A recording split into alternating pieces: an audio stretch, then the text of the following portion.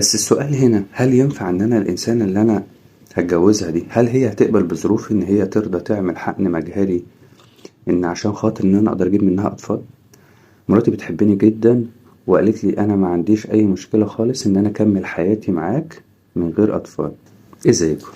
انا متجوز بقالي 8 سنين ولسه ما فيش لحد دلوقتي اطفال. مراتي ربنا يبارك لها داخلة على 38 سنة، ولكن عملنا كل الفحوصات وطلع المشكلة كلها فيا. مراتي عملت فحوصاتها والحمد لله مفيش عندها اي مشكلة، ولكن الدكتور قال لنا مفيش قدامكم حل غير ان انتوا تعملوا حقن مجهري. عملنا قبل كده مرتين والحمد لله ما حصلش نصيب. مراتي بتحبني جدا وقالت لي انا ما عنديش اي مشكلة خالص ان انا اكمل حياتي معاك من غير اطفال، وده انا وافقت على كده. ولكن هي شايفة ان انا كل حاجة في حياتها، يعني لو هي عايزاني ان انا اجيب اطفال ونعمل حقن مجهري تاني هي ما عندهاش مشكلة، حتى لو ده ما حصلش هي موافقة بده. وانا متأكد جدا من حبها ليا وما بتعارضنيش في اي حاجة، وقالت لي انا افضل العمر كله معاك. وانا قلت لها خلاص طالما ما فيش مشكلة وربنا مش رايد لنا خلاص. ولكن انا من فترة قريبة لقيت نفسي عندي ميول جدا ان انا عايز طفل، فانا من بدري فكرت ان انا ممكن اتجوز واحدة تانية واجرب معاها. بس السؤال هنا، هل ينفع ان انا الانسان اللي انا هتجوزها دي، هل هي هتقبل بظروف ان هي ترضى تعمل حقن مجهري ان عشان خاطر ان انا اقدر اجيب منها اطفال؟ وفي نفس الوقت انا خايف لاكون ظلمت مراتي وتقول لي ان انت سبتني معاك السنين دي كلها وحرمتني ان انا اكون ام، رغم ان انا ممكن اخلف طبيعي، ومع ذلك مرمطتني في العمليات. انا مش عارف اتصرف ازاي، رغم ان انا شايف ان مراتي ما ينفعش ان انا اطلقها لان انا بحبها، فانا عايزها تكون معايا. فانا محتار جدا ومش عارف اتصرف ازاي، فما لقيتش حل غير ان انا ابعت لحضرتك واقول لك على لينك الصراحة ان انا عايز اعرف رأيك ورأي الناس اللي عندك، بس الناس تقول لي بما يرضي الله. خليني افكر حضرتك، لو حضرتك اول مرة تشوفني ما تنساش تشترك في القناة وتفعل زر الجرس، واكيد لازم تقول رأيك في حاجة زي دي عشان انا برد على كل الكومنت بتاعت الناس.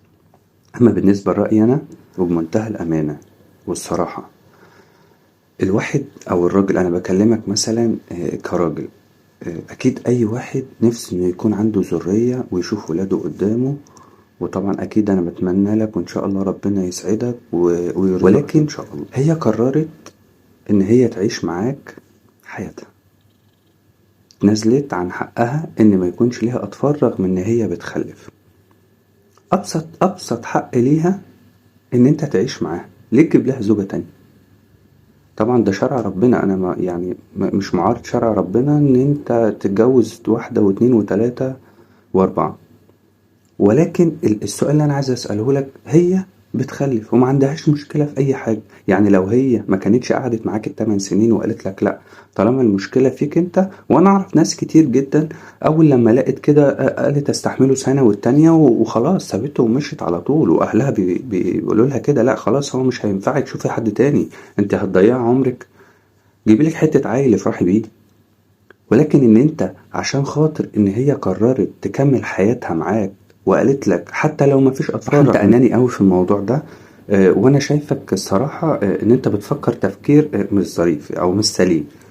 الراجل معروف دايما بالحكمة، الست لما ما بتكونش بتخلف الراجل بيقف معاها ويساندها لان الراجل بيتحمل غير الست، ولكن ان الست تفضل متحملة وتقولك هكمل عمري معاك وهي بتخلف وما عندهاش مشكلة ومع ذلك قاعدة عشان خاطر بتحبك، فأعتقد إن أنت كل الأنانية ليك. الصراحة أنا بكلمك بما يرضي الله، أنت لازم تفكر كويس. لو كان في فرصة تاني إن أنت تعمل حقن مجهري تاني جرب، ليه لأ؟